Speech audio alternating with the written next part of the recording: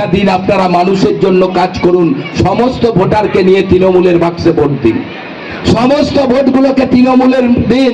সেদিন আপনি কি খেলেন না খেলেন সেটা বড় কথা নয়, আপনাকে ভাবতে হবে একদিন আমি কষ্ট করব, সারা বছর আমি ভালো থাকবো, তাই আমি 13ই মে কষ্ট করব, আমি সবাইকে ধরে ধরে নিয়ে গিয়ে জোড়া ফুলে ভোট দেবো, এখানে যাতে অন্য কেউ ভোট না পায়, অন্য কেউ ভোট না পায়। সিপিএম 34 বছরে বাংলাকে শ্মশানে পরিণত করেছে, তারা আবার স্বপ্ন দেখছে আমরা আসবো, কোনোদিন আসবে না।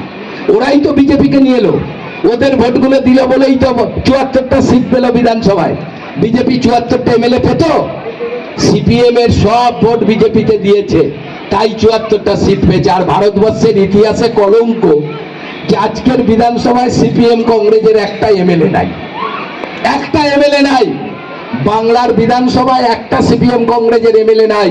শুধু বিজেপিকে হাওয়া দিতে গিয়ে আজকে নিজের দল ধরাশয়ী।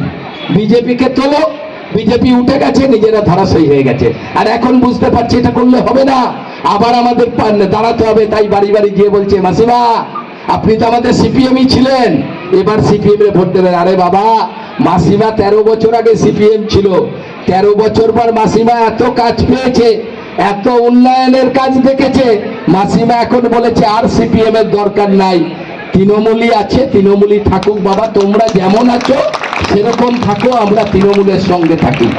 তাই সবাইকে চেষ্টা করতে, এত বড় একটা বিশ্বকাপ জয়ী 1983 সালে সেই কীর্তি আজাদ এবার আমাদের এখানে প্রার্থী। এইরকম একজন নামি দামি লোককে আমরা প্রার্থী পেয়েছি, তাকে আমাদের এখান থেকে বিপুল ভোটে জয়ী করতে হবে। কারণ আমাদের এমপি জয়ী হলে কি হবে, 5 বছর 25 কোটি টাকা পাওয়া যায়, সেই টাকাটা আমরা শহরের অনেক উন্নয়ন কাজ করতে পারবো। আমাদের মমতা সংগমিতা ছিল, আমরা অনেক উন্নয়নের কাজ করেছি।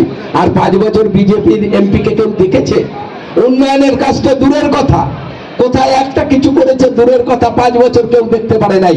তাই তাকে পাঠিয়েছে আসানসোল, আর মেদিনীপুরে যে কাজ করে নাই তাকে পাঠিয়েছে বর্ধমানে দিলীপ ঘোষকে। এর বড় বড় ডায়লগ, শুধু বড় বড় ডায়লগ মানে প্রতিদিন সাংবাদিকের কাছে ভেসে থাকতে চায়, সাংবাদিকদের টাকা দেয়, আর সাংবাদিকরা পিছন পিছন ছোটে বলে আমার সঙ্গে তো লোক নাই, তোমরা প্রতিদিন আমার সব দেখাও, আমার সব দেখাও। আমি ত্রিশূল নিয়ে ঘুরছে কোনো সময় সেই গদা নিয়ে ঘুরছে, কোনো সময় যে এই খিচুড়ি খাওয়াচ্ছে চলে যাচ্ছে, এসব করে সে টিভির চ্যানেলে থাকতে চায়, মানে আমাকে যাতে মানুষ দেখে। মানুষ তো নাই, লোক তো নাই, এইসব করে ভেসে খাচ্ছে।